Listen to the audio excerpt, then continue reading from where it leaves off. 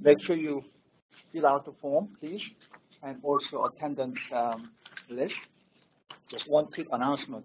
I was told that by September, we're going to become paperless. So faculty members not a problem. We just go log on to website and do that. But we still have to figure out people who are not faculty members in terms of how they're going to register and do evaluations. So within the next few months, we'll work that out and let you know.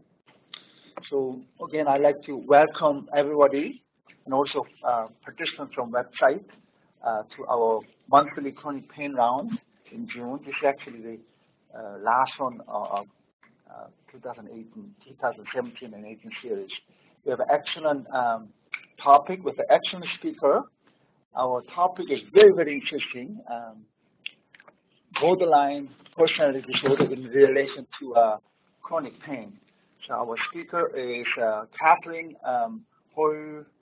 Is that correct? Is that correct? Yeah. She's a clinical psychologist based in St. Joseph Hospital. She finished her PhD in Queen's University, and she works in borderline personal disorder service clinic in the St. Joseph Hospital. She's also medical director of so many different programs, research director of so many different programs based on community psychiatry clinic, and her interest in borderline personality disorder. I'm very excited what she has to say, and I'd like to really know about how personality, borderline personality disorder is related to our chronic pain patients. I'm sure there's a lot of interaction. So without further ado, I'd like to introduce our speaker. Okay, I'm going to navigate this. So I feel like it's been put on a little bit of a pedestal in terms of the utility of the talk today. We'll try to meet that bar.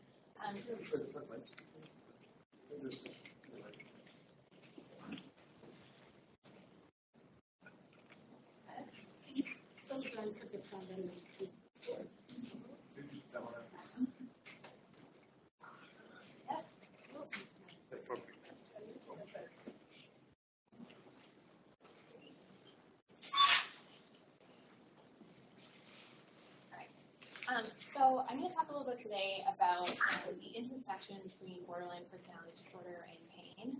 And I'm going to go through a couple different components here. I'd like to start with going through the development of BPD and some of the symptoms. And while I know that this is new information for probably most people, I do think it's important to highlight the way in which it comes about and our understanding of the maintenance of the symptoms of BPD, because I actually think that as a clinician, that's one of the most important features that plays into tolerability and your ability to work with these sort of like really challenging clients and really challenging presentations. And so I think it's helpful to frame things in the way that I'll be framing today to kind of help me in terms of the way that I approach and think about individuals who have BPD. I will note that it is somewhat centric to thinking about things from a DBT perspective and sort of from Linehan. And so that is that I wouldn't say that I'm hyper wedded to DBT being the best and only thing for individuals with borderline personality disorder. But I do think that the model from DBT provides lots of information for clinicians in terms of the way in which you might go about thinking, working with people with BPD, because it is a challenging population, which I'm sure we all know, which is probably what it is. Okay. I have all these like nice little animations, which aren't there, but that's okay. So you'll get the general idea. So I kind of want to go through a couple different developmental models and then illustrate how BPD is kind of different than the way we might think about some others. So something like a diathesis stress model, which is true of many disorders, including something like major depressive disorder, assumes that there's some initial genetic risk, and then the presence of some event, so like in adolescence, for instance, the first breakup is the most typical predictor of the first major depressive episode. This is sort of how that model of onset works for something like major depressive disorder. Similarly, there are individual difference models, something like autism, for instance, presence of some chromosomal difficulty or abnormality suggests that if you have that, you will have some form of the disorder. Whereas something that's environmental in nature in terms of that model suggests that the presence of something that happens in the environment and the way in which it affects you, you will immediately then have what we might call to be that sort of disorder or difficulty. That would be something like anesthesia in the presence of being related to a brain injury. Just similarly for BPD, the way that we kind of think about BPD is that it's a transactional or interactionist model. So it's really not the presence of one thing that assumes that if you have that, it's enough, or sort of the other piece, which is the social piece. It's more that you typically have both of them in some capacity, and it's the way in which these things work together that creates complex difficulties. Because biological vulnerabilities, like I'll come go into in a moment, interact with one's environment, and a difficult environment, typically sort of an invalidating social environment we might imagine, work together in such a way that there's a poor fit, which is essentially what relates to the way that we see BPD developing. And the combination of those two things creates what we see as emotion dysregulation, which may or may not manifest in an extreme enough capacity to be what we would describe as borderline personality disorder. So in terms of thinking about the biosocial models, so I know it's a little bit different because usually we think about biopsychosocial, particularly in pain, but we kind of gravitate towards this model in BPD. And so if we kind of think about it, the biological dysfunction that we tend to see in folks who have BPD are things like low dopamine, which predicts negative affect. We see disruptions to the serotonergic system. We also see sensitivity to lots of cues in one's environment, which is interesting because what the literature shows actually is that there are people who have BPD or who have emotion dysregulation pick up on social cues more frequently than other individuals do. So there is some truth in the sort of noticing of there being things going on in the environment that maybe others may not notice. But what's interesting is the accuracy of those interpretations is lower than folks who don't have emotion dysregulation, right? So it's both. It's not that people are noticing things that aren't there. It's that the interpretation of those and the frequency of those things creates and sort of perpetuates these ongoing difficulties, so they're seeing more things and then have a maladaptive interpretation of what those mean that go on to perpetuate all the difficulties individuals have. We also see things like frontal limbic dysregulation and HPA axis dysregulation. So there are lots of bio components that relate to the presentation of BPD. And then what we think happens is that this interacts potentially with the invalidating environment. And so I think it can be hard to characterize an invalidating environment because there's a spectrum of invalidation, right? And so on one far end of the spectrum would be something like experiencing a trauma, right? And then the sort of social support that people experience in response to that, or an invalidating response that people might get in response to having a trauma. But there is a whole spectrum of invalidation. So we can think about that being things like ineffective parenting, inadequate coaching of emotions, things like reinforcement for children acting out. So if you assume that someone is born with some type of affect dysregulation difficulties, having a parent who doesn't know how to manage those difficulties creates a poor fit. And that's where the sort of interaction component comes into play, right? And so this could look like things like having a single parent, for instance, who maybe needs to work a lot more. And so even though that's not necessarily what we might think to be invalidating per se, the sort of absence of having a parental figure around, having more people around who can help you understand, well, you're having this emotion, and that's what that is, and when you feel this way, it makes sense to behave in this way, right? And so things like reinforcement for poor behavior. So having children who don't know how to regulate their own affect, and then parents getting really angry, right? Or parents eventually giving in is more commonly what we see, right? So kids get really activated, or parents, and then parents kind of have a difficulty in responding to that because they want to placate your children, kind of want to stop whatever the problematic thing going on is. And so in early childhood and early adolescence, this looks more like a difficult to soothe kind of affect, right? And then so what parents end up doing is trying to help their children feel better, trying to help them regulate. But unfortunately what that ends up being is it might actually be something that is either perceived as invalidating because the child thinks the parent doesn't understand, or something that reinforces, which by definition means that we see an increase in that behavior, right? So if you are cutting, for instance, is a good example, and then a parent sort of like rushes in and is really concerned, which makes lots of sense that you would do that, that sort of like ongoing reinforcement of that means that you're more likely to see that behavior moving forward, right? And I think that's where some of the things about being manipulative comes in, and I think that that's an unfair word to describe people with BPD with, in light of the fact that when you talk to people with BPD, if they knew another way to sort of solve some of their problems, they wouldn't do these kinds of things, right? Manipulation suggests that you're choosing to do that on purpose because it gives you a certain outcome. That's usually not the way that this works. There's a little more sort of, at least from a CBT perspective, we kind of think about it being more classically conditioned in some way, as opposed to that sort of selective, which would be more like operant conditioning.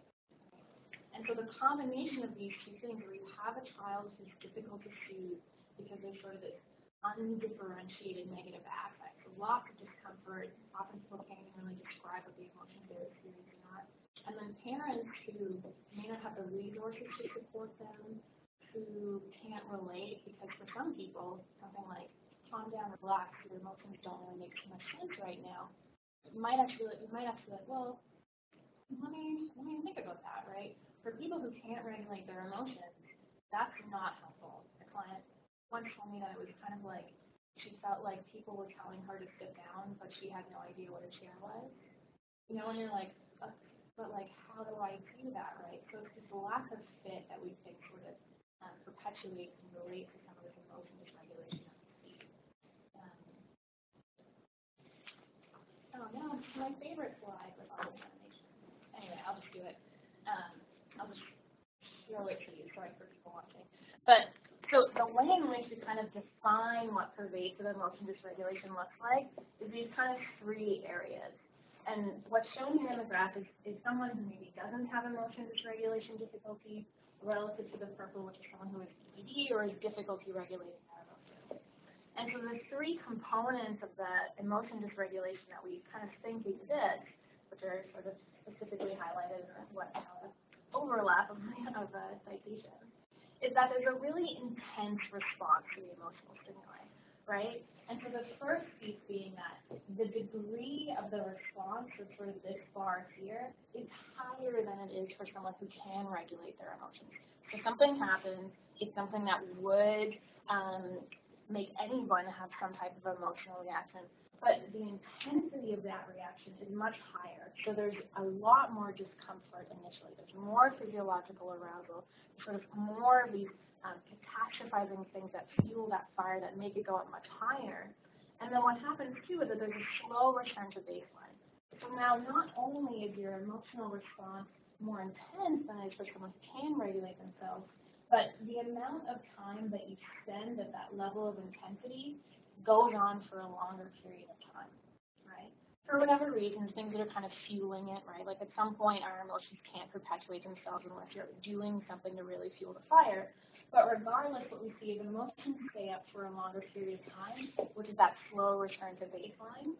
And then the other component is kind of what I mentioned before, is that there's this high emotional sensitivity, which is noticing more things in one's environment, so that there are, by definition, a higher frequency of kinds of things that might incite an emotional response, right? And what we also tend to see is that because there's so much overlap between BPD and people who have PTSD, and there's people in the complex trauma camp and the people in the non, it doesn't really matter. The point is that if you have someone who has intrusive thoughts, if you have someone who's having nightmares, flashbacks, and they wake up in the morning, they're probably already waking up at a point where their initial baseline intensity is higher than someone who just slept through the night, right? And so there are lots of factors working against people who have BPD in terms of the likelihood that they're actually going to be able to regulate their emotions, because there's so many things that make emotions fire and stay on for a longer period of time. So the biosocial model kind of looks like this, sort of a self-perpetuating thing where you have these biological difficulties. They continue to be perpetuated by whatever's happening in one's environment. And then we have this addition of trauma, right? We see lots of people, more often than not, people who have BPD have at least one significant trauma in their lifetime, usually multiple.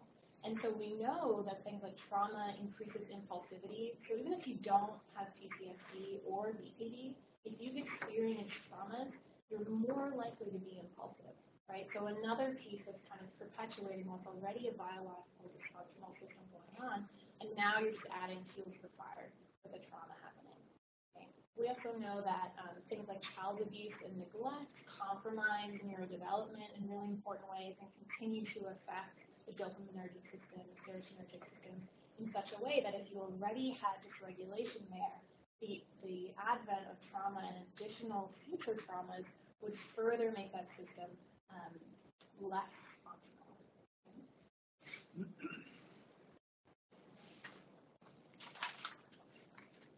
I'm just going to go through some of the symptomatology, and what I don't want this to be is me telling you the DSM, because I think that probably everyone knows that. And really, the difficulty with BPD, I think, is that the DSM doesn't really paint a very good picture of why the things happen that they do and the core understanding of how these symptoms kind of fit together. And so what I'm hoping to do is kind of tie these all together so that when you see symptoms consistent with emotion dysregulation, you might sort of come back to it like, how did this happen, and how can I get to the core of what's happening so that it can actually be clinically useful in this situation, as opposed to just describing dysregulation, which actually doesn't get us anywhere and can be perceived as invalidating because people know that their lives are tough, and that's telling them that actually doesn't help. And so I want to emphasize the functionality of these symptoms and how they perpetuate one another. Right? So borrowing again from sort of like DBT-informed perspective, which I think is important only insofar as it provides a really nice model for these things, not necessarily because it's the only way that these things can be explained.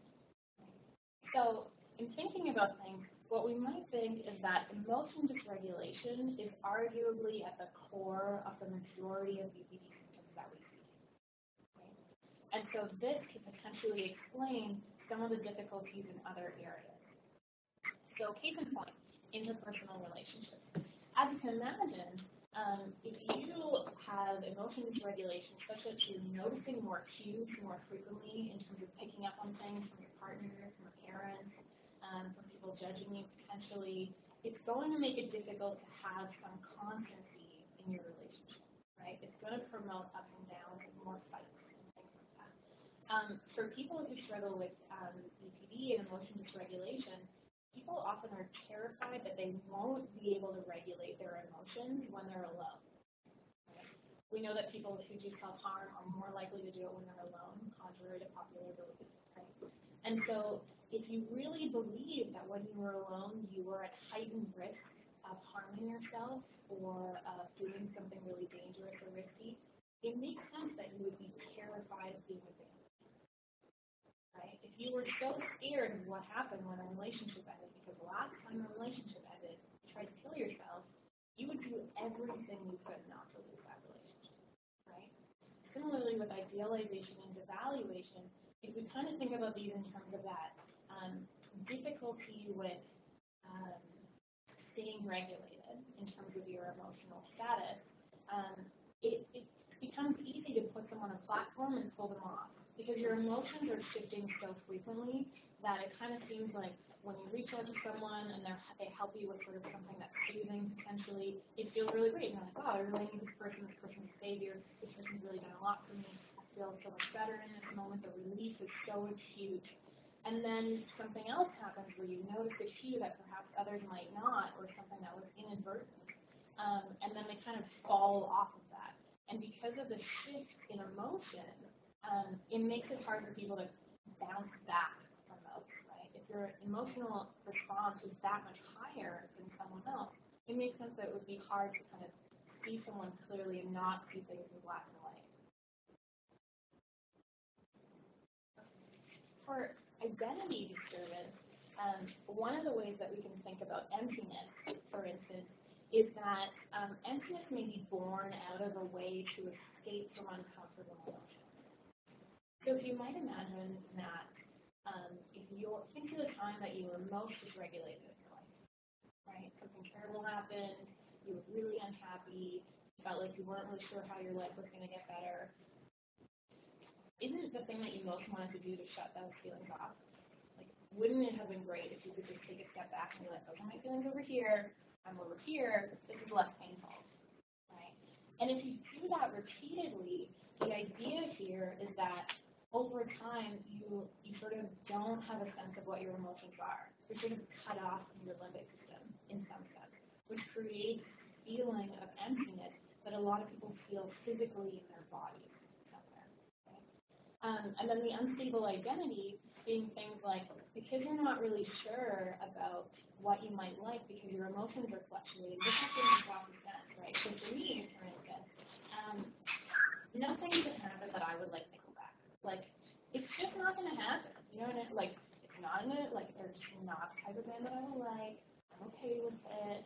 But if your interest in things shifted so much that you didn't know what your favorite food was, you didn't know what positive qualities or negative qualities even there were of your personality, of course you're not going to know who you are. If you don't know what your favorite meal is, you sure don't know what job you want, or who you want to marry, or who you want to be friends with, right?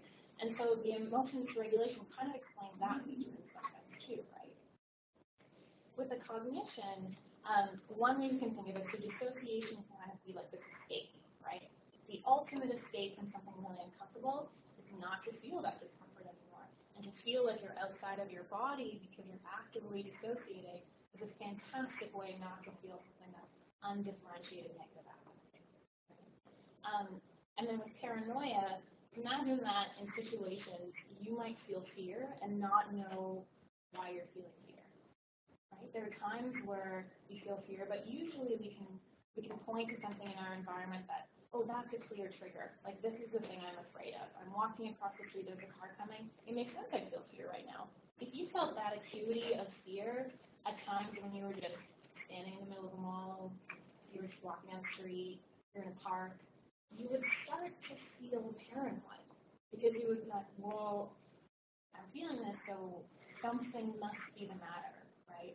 And to make sense of those emotions, people start to have interpretations to make their emotions fit with what's happening in their environment, which ends up producing a sort of paranoia that we know to be a sort of inaccurate perception. And then finally, the behavioral impulsivity, I think this one really makes lots of sense, is that if your emotions are extremely uncomfortable, one thing that makes you feel different is something like that's painful, right? It just by virtue of what it is shifts your attention to something else, right? And I'll talk in a moment about the sort of paradox of how people with BPD experience pain, which is really interesting. There's limited literature, so I just have to take my word for it. It's not very well researched. How can we believe somebody who doesn't like Nickelback? How do you believe someone who does? Until then, I thought you were the best psychologist ever. We all have our faults, right? You're good. Perfect.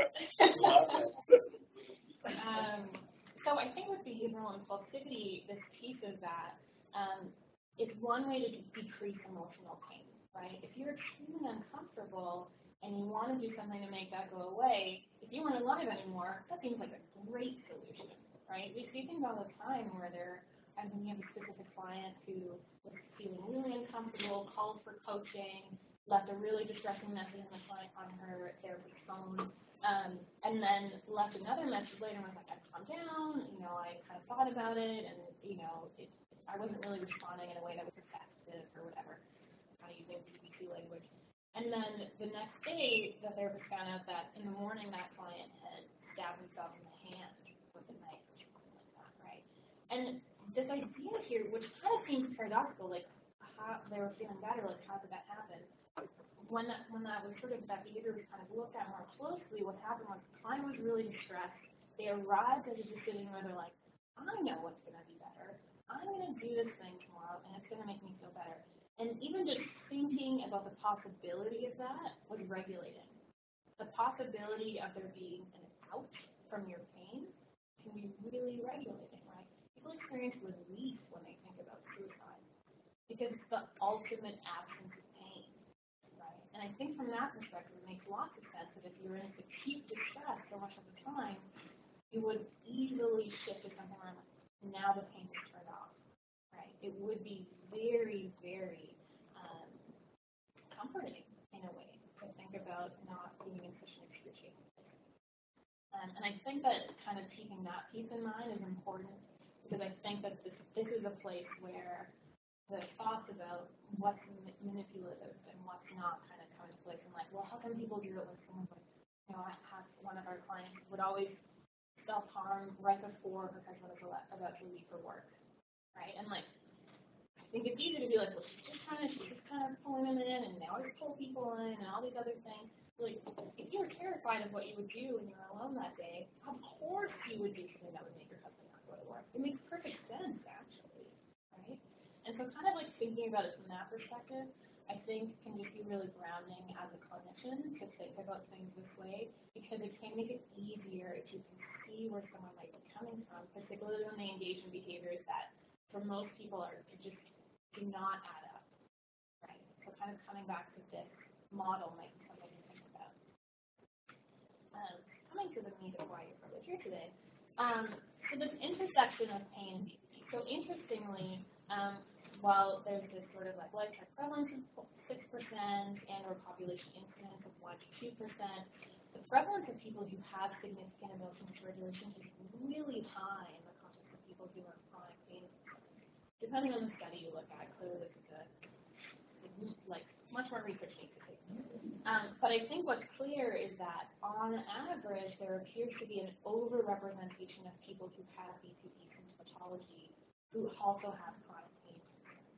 And what we tend to see is people who have BPD and have some of these somatic complaints oftentimes are getting much more resources, sort of resource allocation is much higher, which is consistent across mental health and health settings, right? That there are lots of somatic complaints that really are not specific. It's not like right here, this thing. It's more just like general discomfort, sort of undifferentiated negative, feelings in your body, which is kind of consistent in a lot of ways with what we think of as being undifferentiated negative affect, right? Where it's just like, I don't know what emotion is, I just know I don't like it. Similarly with pain, I don't know exactly when it started, or I can't really tell you a really specific number, but it's just really uncomfortable and really painful, right? And so we often end up seeing people who have BPD or emotion dysregulation having these really vague diagnoses of fibromyalgia, chronic fatigue syndrome, IBS, things that aren't really too clear on exactly where they come from, and it's not real specific criteria that help us understand those things. But we tend to see those kinds of things in folks who have BPD or have emotion dysregulation deficiencies. And so some places where we might start to think about making sense of when we see pain and BPD occurring together is what does pain really look like, and how do people who have BPD experience pain, right? So like I said, we do need to know a lot more about this, but what we can't see from the literature is there appears to be some kind of paradoxical finding, where some people have found that individuals who have BPD have a really, really low tolerance for pain, actually. And then other studies find that people who have BPD have a very high tolerance for pain, which again is just kind of like, how can these things kind of co-occur, right? And what it seems like is there's a really low tolerance for pain that is secondary to some discomfort in the body. That may be what we would end up calling like IBS, fibromyalgia, kind of pieces like that. So when there's pain that is not self-initiated, for instance, pain that is uncontrollable, for instance, we tend to see in BPD folks relative to other psychiatric populations a really, really high catastrophizing sort of result. Where it's like, I can't stand it, it's really bad, it's 10 out of 10 all the time, sort of like things like this, which is going to be some fancy kind of time. Whereas the flip side, interestingly, sort of like high tolerance for pain is that folks who have BPD who also engage in self-harm, for instance, which is like anywhere from 85 to 96%, depending where you look, they say that they don't actually experience pain when they're self-injuring. When they reflect on a suicide attempt, for instance, that must have been really painful, they wouldn't endorse pain in that kind of situation. We also know that people who do like experimental paradigms, for instance, like hold pressure tests, for instance, who have BPD, can tolerate it for much longer than other folks. Which kind of like, how can it be both, right? And then is there control of the pressure, or is that someone else? Either or, and it kind of seems like it's what is being hypothesized is it's something where you can make sense of it, right? And so the piece to consider here is that actually context really matters, right? So when it's something that you can't make sense of it, you don't know what it is, it's going to create health anxiety, it's going to be this, it could be something else, right? People really have a hard time tolerating that kind of pain. But pain that where they can say, I know exactly where it's coming from, I know I'm in a controlled study, I did this to myself, probably means they're kind of dissociating at that time potentially as well, happens really commonly. Or the relief that comes from it, right? You're like emotional pain really doesn't come anywhere close to sort of like having the inside of your thigh, really. I mean, if you really think back to the time you've been most in emotional pain in your life, a paper cut is really not going to come anywhere close to that, right? And most of the time, what we see as cutting behaviors are not typically things that are excruciatingly painful, more often than not, right? I mean, they can get to that point when it goes on for a long period of time. But I think the piece here is that context really matters and how in control do people feel. And so if you have symptoms consistent with IBS, for instance, you feel out of control all the time. You have no idea when you're going to feel this way and when you're going to feel that way. And imagine you can't predict your emotional response to things. And now you can't even predict how you're going to feel if you go to the mall. Never mind, you're terrified, you know where all the exits are, checking, you're looking around, you're hypervigilant, you're kind of all these other things. You had a negative experience in the mall. There's a million other things you're already contributing to because of your emotions regulation and your trauma experience. And now you also are not even in control of physically how you feel, right? It's sort of, and of course it would feel really overwhelming, right? It sounds overwhelming just thinking about it, to me at least.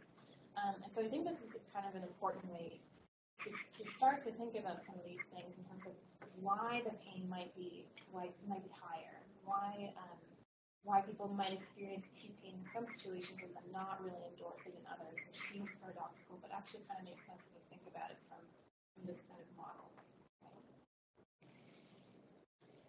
And so there are some hypotheses, not particularly well tested, I would just venture, but some potential functions of why there is lots of pain experienced by people who have BPD and why it might be self-perpetuated. So things like, of course, if you can't regulate your emotions, the idea is that you have difficulty regulating yourself in general, right? And so if you experience physical pain, you don't have that sort of problem-solving ability in place about how to go from something that's uncomfortable to make that be different. That sort of leap that is in all of us, and we're like, oh, headache, Tylenol. The sort of way, the simplicity of solving that problem is not something that's inherent for people who have BPD because they're not really very good at self-regulating, right? And the idea that it extends to pain in the same kind of way. So it could also be an ineffective coping strategy related to hypervigilance. So what we tend to see in hypervigilance and hyperarousal, and we usually think about it, is related to the external environment, right? So we're kind of like, people are noticing this, and they don't know where the door is, and they don't want to have their back to the door, and they're wondering who's coming around the corner, and all these kinds of things. But it can also be internally focused, right?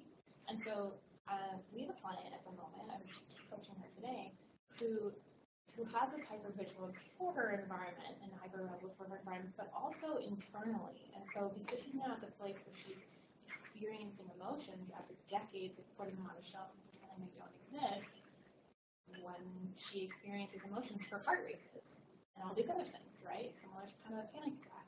And people start to have these beliefs about, because they're so hyper-focused on them, that people start to, she thinks almost every day she's having a heart attack. Every time she comes to the clinic, she meets a nurse, needs to check her heart rate, it's all these other things. She's sure I'm having a heart attack, it's so painful, it can't be right, something's the matter, right? Sort of all these other things perpetuated. And she also has really significant trauma, and so it's that hypervigilance sort of misdirected in some way to keep you safe. Because that's why people have hypervigilance. prevent additional traumas. Traumas can be a heart attack too, right? It could be that that interacting with someone around physical pain is much easier to talk about, right? It's much less vulnerable in some sense than it would be to talk about your traumas, which is really hard for a lot of people, right? Talk about the reason that you have so much acute pain. But you could much more easily talk about these physical sensations you have and be engaging in rapport and have someone who cares about you and is following up with you and who's really giving you the time of day. Frankly, whose job it is to give you the time of day. You have this interpersonal engagement, but it's not so frightening as it might be if someone's like, okay, let's talk about your traumas, like let's do this thing, right? It's much less frightening in that way. Or it could potentially also be a means to acquire medication-based coping. We know that folks who have BPD engage in risky behaviors. They tend to overuse substances, both prescribed and not prescribed. And so one hypothesis is that this could be a way to have additional access to some things that could be used for maladaptive, ineffective coping strategies, right? It sounds like a little bit blamey, but I think it could still be true and suggest that maybe we want to be conservative when thinking about prescribing medications for pain for people who experience significant emotional regulation.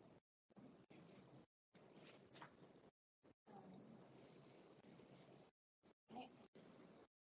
So I am going to go through some strategies that you might consider when working with folks who have BPD or emotional dysregulation. It's not the full everything. There's lots more things that you could do. And I think a main piece is really that people just need a lot of support. And so I don't know that there's a wrong way to do things. I think that there could be a more helpful way to interact with people who have BPD. And I think a lot of that comes from empathy, really, which is why I spent the majority of time talking about where this comes from. Because I think if you could fall back on that and be like, oh, it makes sense, that's this thing for these potential reasons, that can be the thing that makes it sort of easiest to continue engaging with someone when you feel lost. But to that, I'm going to try to give you specific strategies. Well, a little bit more tangible. So, like I said, these will kind of be DBT-based in nature, although to be fair, DBT is not really that much different than a lot of other therapies, so that. But I think an important piece to think about is dialectics, right? And so this idea that people who have BPD are often caught in extremes. The most demonstrative extreme being wanting to be alive and also wanting to die at the same time, right? And the central dialectic in DBT is this idea of balancing acceptance and change, right? You need to see where you are, you need to accept where you are, you need to accept the reality of what's happened to you and your situation, and you need to work harder. And both are true at the same time, actually. It's not one or the other that's more accurate. It's kind of finding a balance between those two things, right? We kind of talk about walking the middle path with individuals who are BPD and kind of finding their wise line, which would be the balance. And so sort of always coming back to this, when you see something that sort of seems paradoxical, thinking, what am I missing on the other side of this? What else might be balancing this out? Because by and large, potentially excluding maybe individuals who have psychotic disorders, and even that to some extent, people don't really act, in ways that are not logical. You might not know what their rationale is, but that doesn't inherently make it illogical or unreasonable. It just means you don't know what their reason is like. And so kind of always wondering, when you see something extreme, what's the other piece of this? What's the other side of this? And kind of thinking about that both may be true in some sense, right? It can be this and that at the same time. It's not this but that. It's this thing and that thing. That you want to be alive and you want to die at the same time. And both can actually be true, and being caught in those extremes is really uncomfortable. So kind of being able to understand that there's another extreme to balance extreme behaviors that we see, and trying to find a middle path for clients to bridge that gap. That you don't have to live in an extreme, but we can find a way to sort of balance things out and get to a place where things are more comfortable if you're not currently stuck in one of those extremes. Right?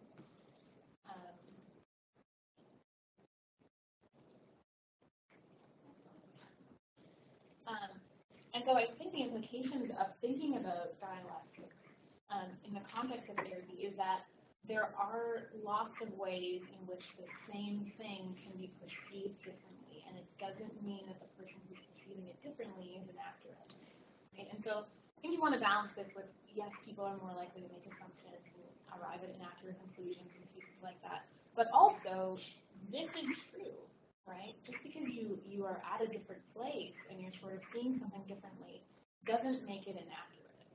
It means that you're seeing something from a perspective the other person is unaware of, right? And so if you kind of have that in the back of your mind, and kind of think about things like, what's the kernel of truth in this person's perspective? Right? If they're sure that someone does to get them, like, in what way might that be accurate? There's probably something, and we'll talk about validation in a moment, but once you can identify what their truth is, so to speak, and what their perspective is and where they're coming from in terms of how they're seeing things, that can be a way you can sort of balance things out a little bit, right? Like, I see where you're coming from, and I'm coming from here. Like, what's in between? Like, what are you missing that I'm seeing? What am I missing that you're seeing? And how can we get a synthesis of those things, right? I think an important piece, too, is in the context of BDP that it's not just about the client, right? It isn't. Personality disorders are inherently interpersonal in nature, regardless of whether it's emotion dysregulation at the core of it or whatever it is for some other type of personality disorder. It's interpersonal in nature. It's long-standing. It has to be present across multiple situations, multiple people, which means that it's interpersonal, right? And so with that in mind, I think more so than potentially other therapeutic approaches like CBT, for instance, where you're kind of guided discovery and you're coming at things in a collaborative way, but you're still kind of the expert on the client to some extent, right? In BDP, it's a little bit more like, I'm a person, you're a person, I know what I am, you know what you know, I have faults, you have faults, just pieces like that, right? Which I think is a little bit different, and that there's always an interaction, which like has a slight psychodynamic flavor to it, I think, but considering in some sense that you both bring things to the table that are going to make interactions more difficult sometimes. I say things to clients sometimes, but later I'm like, yikes, that really wasn't the best thing I could have said. Because we have flaws, and going and being like, I'm going to make mistakes and so are you, but let's be willing to name it and then move forward from there. Right? I think can be helpful to sort of alleviate the blame a little bit. Right? You're going to make mistakes. And this other piece that we're always changing, right? That even if you change things a little bit in the context of working with a client, that there always will be some more things you can do. Your work will never be done, and that even if you change something a little bit, it does, in a sense, change the system, right? Like, if you can teach someone one skill, they are very different than they were when they didn't have any skills, right? And sometimes it doesn't feel that way, especially when you're working with someone with interpersonal difficulties. Feels like they're kind of pulling for you, but change is always constant, and we might see small changes frustrating and really important. Sort of look for those kind of small changes. Okay, so an important skill, I think, and one to always have in your back pocket, which seems intuitive, I think, and is intuitive to some extent from mental health workers and people who kind of went into helping professions, is to think about validation, where validation is a step beyond empathy. So this is really highlighting in some specific way that you understand where the person is coming from, right? And that's why I think that sort of piece about, like, how did this develop, like, whose fault was it, and then what's fault, it was a combination of things, that it comes down to emotion dysregulation, that you can make sense about things, and that helps you work with clients. You can be like, you know what, I get why this is happening, and also we need to be doing this other thing, because it's a balance, right? This is not okay, and this is what's going on, and also we need to start moving in a change direction, because both are true. And so you can use validation in a way that is language-based, so kind of by highlighting something specific, or even actions, right? So an action would be like, simple, but if your client's crying, like, tap and clean it, right? It sounds really simplistic, but for someone who's experienced chronic invalidation, where people are not taking their emotions seriously, or telling them that they don't make sense, or that they shouldn't be feeling that way, you can actually make a huge huge difference to someone by being someone who's like effectively saying, I see your pain. Here's my pain. Right? What validation isn't, and I think this is important to be clear about, it's not necessarily approving behavior, right? It's not necessarily saying that, like, you know, I think that makes sense and I'm okay with it. Because we do need to set boundaries. It is an interpersonally based disorder. And so this can be things like, for instance, you have a client who's yelling at you, which happens when people are dysregulated. Things like, I can see how hurt you feel, and yelling at me is not okay. I need you to be nicer to me. It's something that you can say that to someone, right? I would say that to my partner. I'd be like, you've had a hard day. Also, I still love you, so let's not do this, right? And I think really that's sort of like thinking about both of you as human, talking to people in that way, where you can say, I can understand why this thing happened that made you cut or made you do this problem behavior, and this is not consistent with where we want to go. So how can we find something that's going to work a little bit differently, right? Because it is both. It's acknowledging what's happening and saying there's more work that we need to do. It doesn't mean that you think that it's okay, but it means that you're seeing them for who they are, you're highlighting it, you're saying it out loud, and then you're saying, and let's do something different. So we want to validate because it brings down emotional intensity. So if you can kind of think back to, for instance, like, I don't know, the last time you had a frustrating day or trying to tell your spouse about it. Maybe this would be more true for women. I go home and I'm like, oh, and then this happened, and then this, and then this, and this, and my partner's like, well, can you just do this to do that, and can you just do this other thing to do, like, wouldn't it just make sense that you would do it this way? And I'm like, no, that's not it. But she's like, yeah, man, that's really frustrating. And I'm like, yeah, like, you know, and that's what validation is. Seeing where someone really is, and it helps you sort of locate them, because it makes people feel like they're being seen, right? And so I think when we're working with people who have BPD or emotional dysregulation or trauma in general, we shy away from being real because we're worried about what the reaction will be. Unfortunately, you're going to accept people. Like, it's going to happen. People who are sensitive are going to get frustrated even more frequently than other people. So rather not walk on eggshells, but do something that's actually going to help them learn and be different, because either way, you're going to get pushback, right? So rather shift towards a more therapeutic thing as opposed to hedging your bet, because that may not actually be helpful. And actually calling someone on their stuff actually does make a big difference. Like if I'm doing that and my partner's like, I think maybe you made a mistake. What? And I'm like, what do you mean? He's like, well, it sounds like you're upset, but also like, what about this other thing? And I'm like, oh yeah, right? When someone knows you really well, they can call you on your stuff, and it actually is validating, right? Like if you set up a thing to go to the gym with someone, they're like, listen, you told me we were going to do this, and now we're not. Like, what's going on here?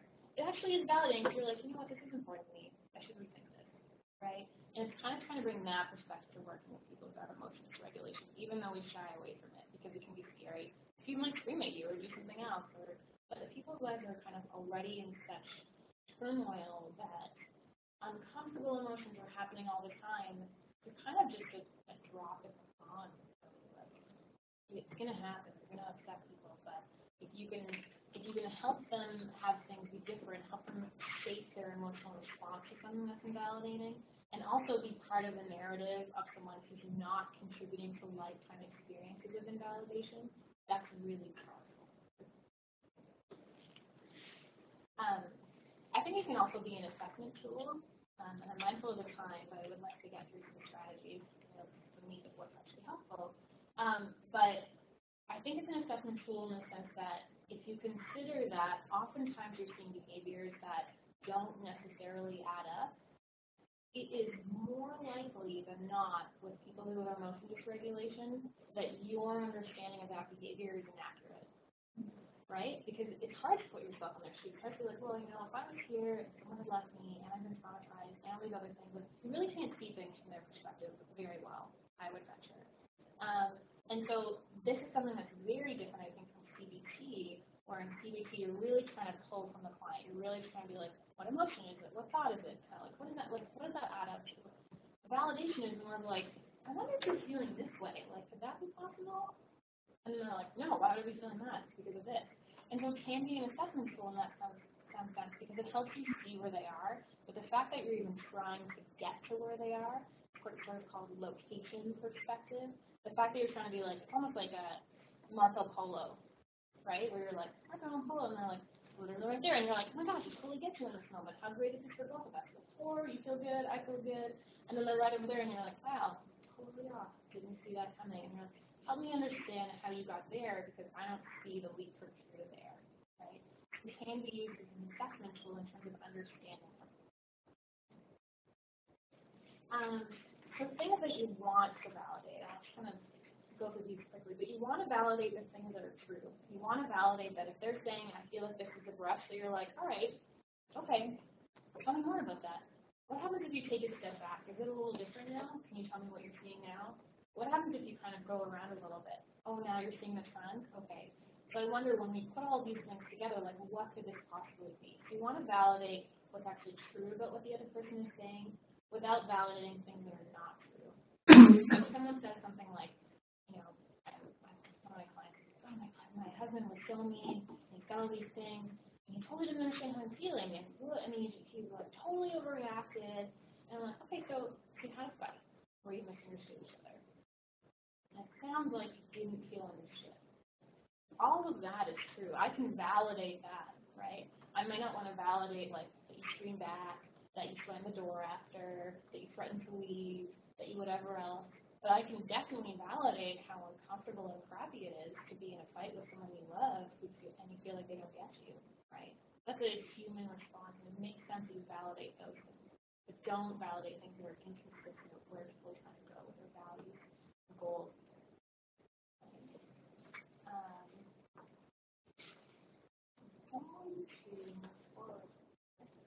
Slightly, right?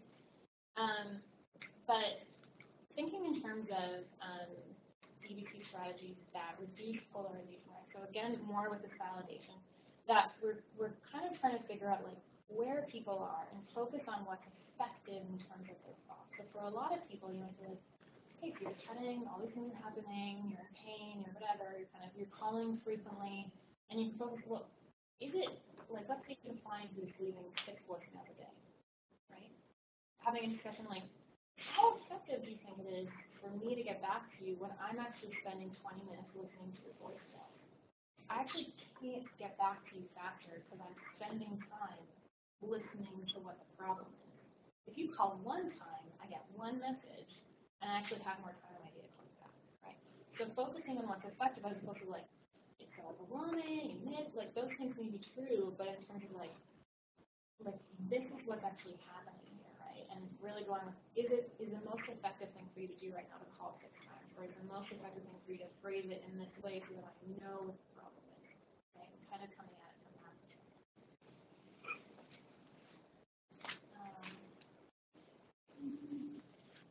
perspective. Immediately, I want to explain a little bit. Okay, so here's something. So addressing this in session specifically. So first, when you see dysregulation, you want to identify it. You want to be like, wow, you are in a totally different place than last session, right? Something that's not like, wow, you're just flying off the handle today. Obviously not helpful. We don't want to start with invalidation. But notice it, right? If someone's coming in and they're really spinning like a top, chances are they feel that, right? It's not just you noticing it, right? And you noticing it for them is actually really validating, right? And then becoming more directive. So inconsistent with some other therapies where someone comes in and having a lot of time, they're like, okay, let's write it down, let's do this. It's sort of like, you know, what do you think we most helpful? What's the for? Kind of things like that. It doesn't work so well when people are seeing red, right? You need to be a little bit more directive. You need to be like, listen, let's try this thing. Are you willing to do this with me? Would you try this with me in this moment? Let's try it. I'll do it with you. Something like that. And the piece to think about is matching the strategies that you use to how intense the emotion is. This idea that we want to fight fire with fire. If someone's saying that their emotional response is the most intense it's ever been, you don't want to go with something like, let's notice where you're feeling it in your body. That is not going to go well. You want to start with some things that are what we might consider to be called like our tip skills, temperature change, intensive exercise, pieces like that, changing your temperature, for instance. And so we have lots of ice packs on site, use them all the time with clients. They're like, do you want an ice pack? People hold it, like, it's actually really hard to be really angry and be freezing cold at the same time, right? It's really, really hard to stay so angry if it's winter and you step outside and you're like shivering. Your brain just can't process that acuity of emotion and the fear that you might freeze to death, right? And so it's something called the dive reflex. And so this idea that if you hold an ice pack up to your head, or if you use, let's like bowls and so much ice outside and things like that, but it's called the dive reflex. And essentially what you have is a bowl with cold water, and you put ice in it, and you get people to hold their head underwater for a certain period of time. Their heart rate drops unbelievably quickly to a normal level. Because what actually happens is the mammalian reflex, because what happens is if your head is underwater, your body immediately goes, oh my God, I'm dying. And so it pulls all of your resources to your vital organs, which by definition means that your brain's not going 1,000 seconds a minute. Anyway, your brain's not going as fast. It's not a long day. But what happens is it pulls resources in such a way that you actually can't stay so upset and dysregulated because there's not enough space in your brain to do that. You bring the emotion down, and then you're like, okay, and now let's move forward in a way that we're kind of a little bit more on the same page. We're both kind of regulated. It did bring some things that we're welcome to have these, but we actually have lots of things like, and I would encourage you to have things like warheads in your office, for instance. Because if you've never had one, I strongly encourage you to have one before you leave. You're in for a shock. But, practice what we preach, right? So this would be something that you could use when emotions are really high. And as it turns out, if you're really, really upset, but then you have something in your mouth, I'm not even going to try to explain it to you. You have to know what it's like. But you cannot stay as dysregulated when you feel like your mouth is on fire. That's just not a thing that can happen. Our body can't process that conflicting information, right? And so we have things like that kind of shock the system a little bit. Because what's happening is the brain is overriding and emotion is driving the car, and we need to immediately kind of be like, no, this, shift away, not enough, not so many resources to your brain. A really quick shift. So temperature is really good for that. Taking this, running up and down the stairs.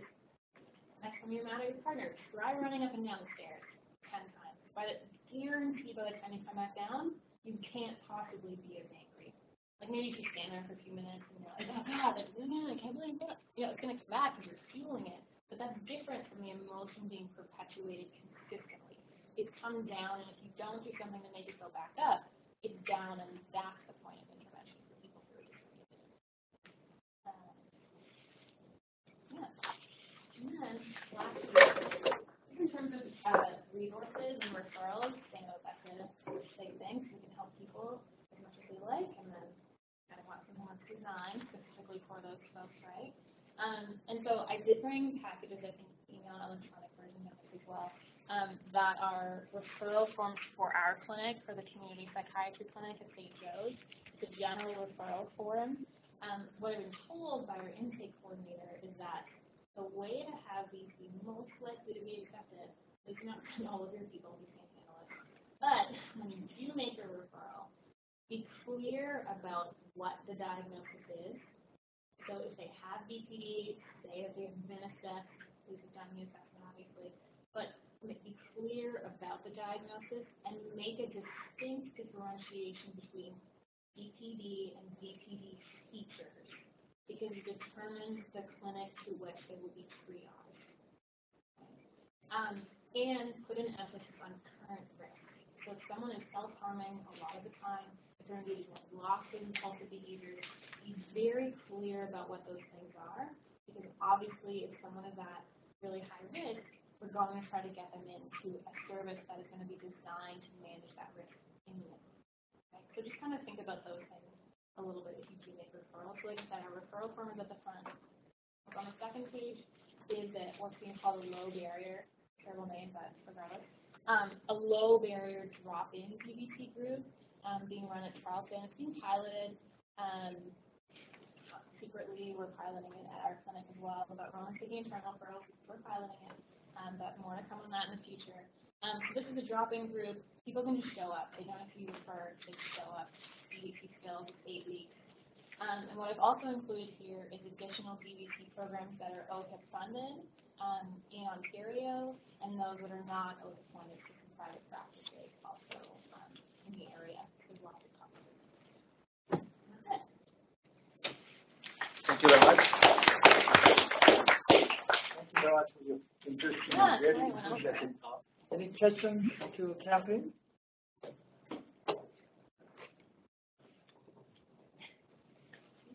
So one of the problems that we have in our clinic sometimes is doing swimming. And, so they can get very upset with person A, somebody else comes through. How do you deal with that?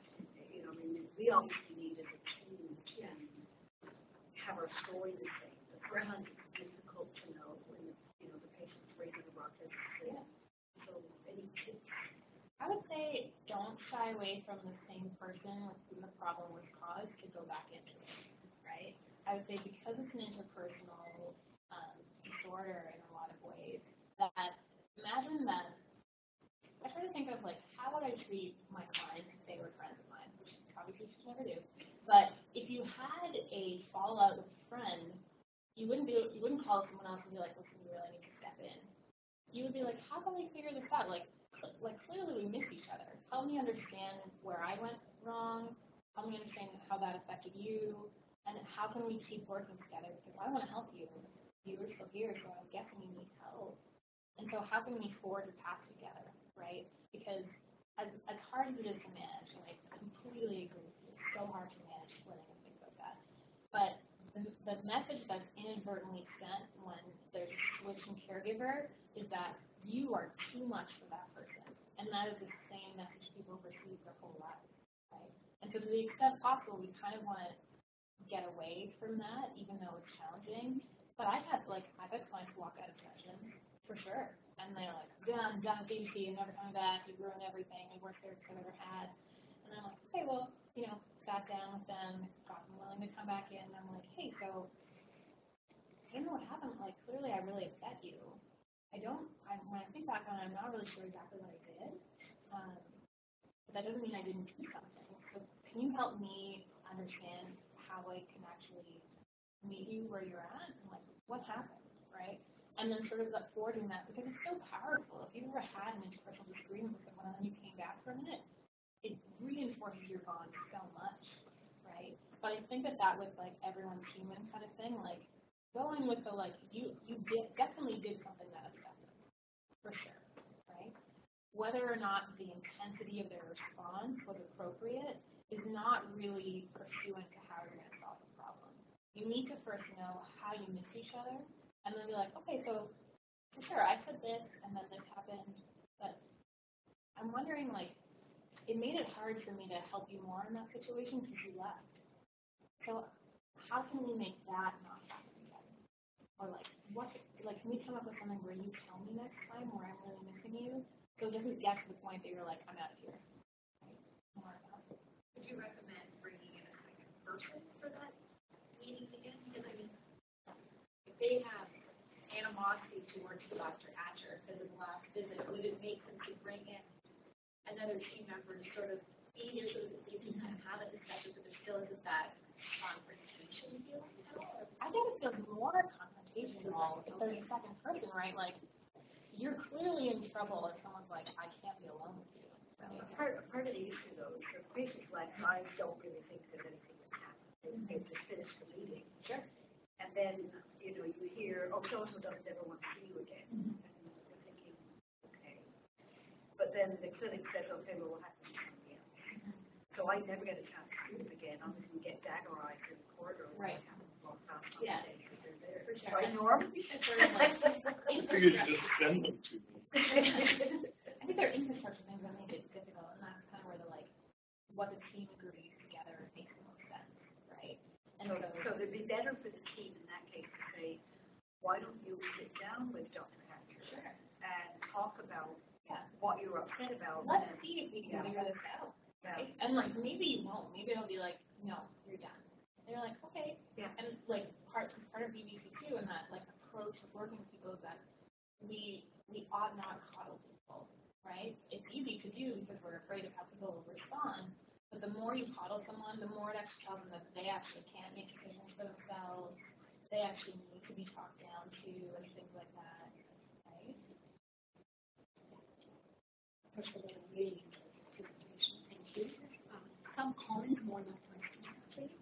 When you were talking about the origin of problems and people with personality disorders, I was thinking of attachment theory.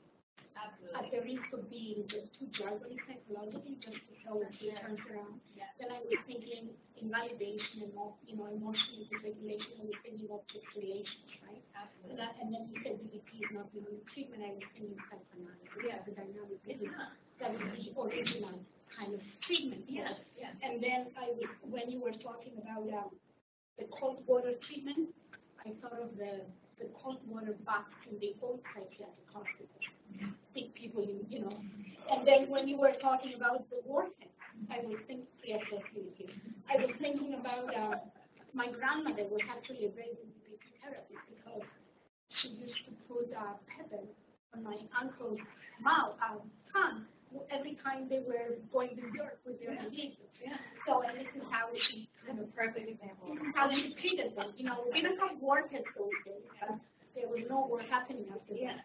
So anyway, my comments just to kind of point out the fact that just like with everything else, there are always passions, so to speak, in theories and therapies and prior to Lanahan, these things were being treated with behavioral treatment. Prior to that, it was psychodynamic treatment. So it's interesting to see how things are in a way coming around in a bit of a push.